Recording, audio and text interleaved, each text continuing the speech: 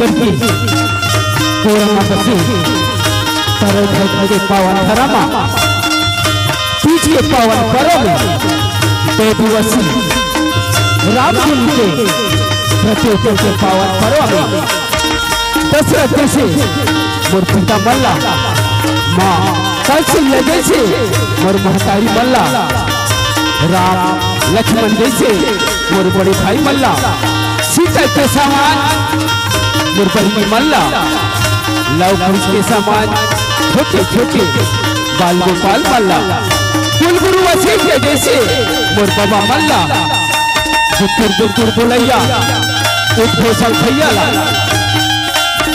गुरु गंगला विनायक गुरुदिल्ला दूसरे गुरु इंसान भैया गुरु गंगला राम जानकी रामधुनी मंडल के तरफ से सादर सादर प्रणाम ही सादर सादर प्रणाम ही सादर सादर प्रणाम ही। मैं तो अज्ञानी बाला गोदाई कथा के परम लक्ष्य नहीं जानता तो हुए कथला मैं बाला गोदाई श्रवण करूं कथा हरदाई राम बनवान गीत संगीत आवाज में मोरवानी तुझी अपन बच्चा समझ के माफी दू माफी दू माफी दू माफी दू।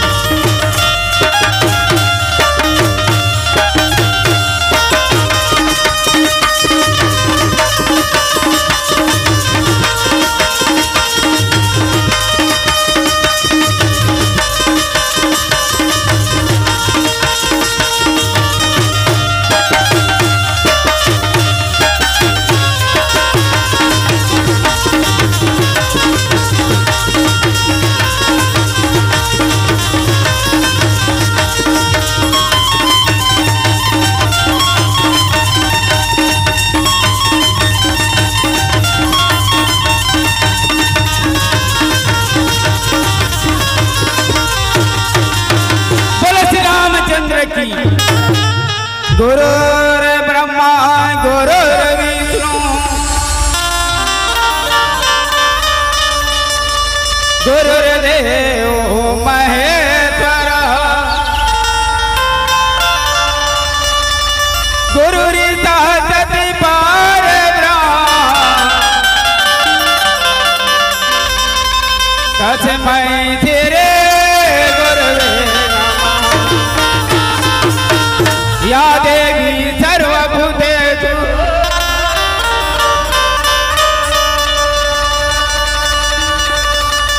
सखितिरूपेण संस्थिता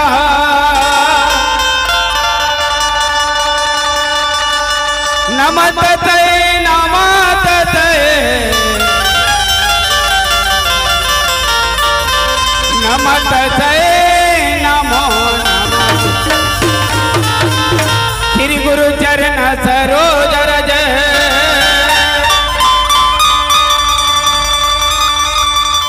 निज मले मकुट सुधा बरना रज बल विमल जथे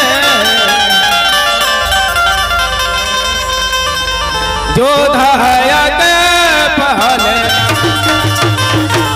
श्री गुरु चरण सरोज रज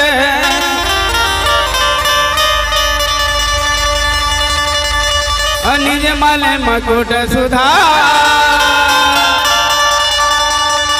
बरना रजवल विमल जथे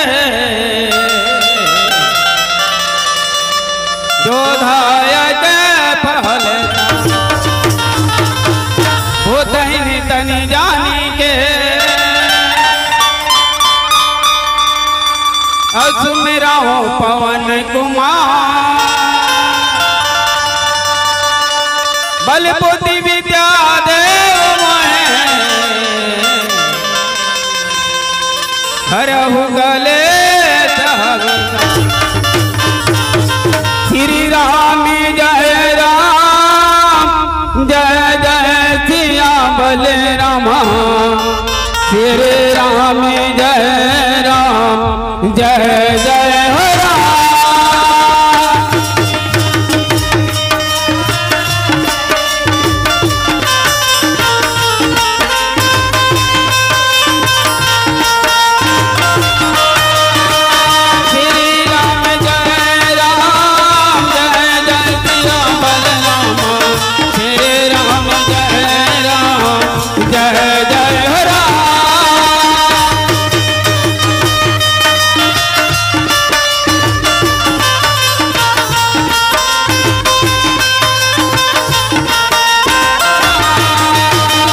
पहली सुमरनी में सुमेरा तो सिया रामा गवरी के लाल गाने से लड़ा।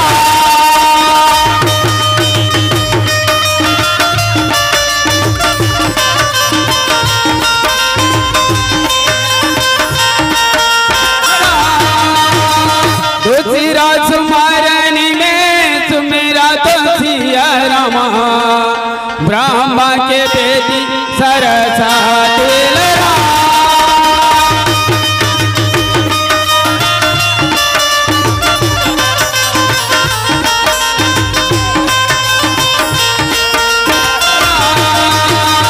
तीसरा सुमरनी में सुमेरा तो सिया रामा अंजनी के लाल हनुमान लड़ा।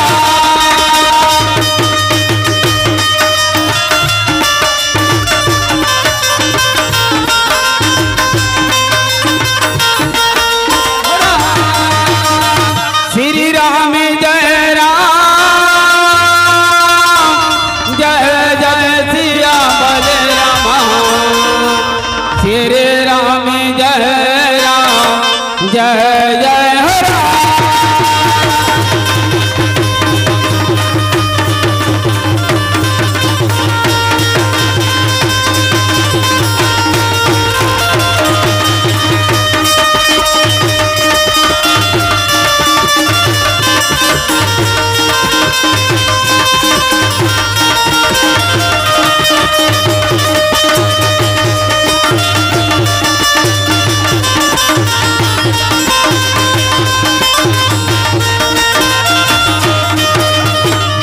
भाग्य के बात कौन सिया राम के पावन पर्व में कौन सिया राम राम नाम गाय के अवसर मिले है कौन सिया राम।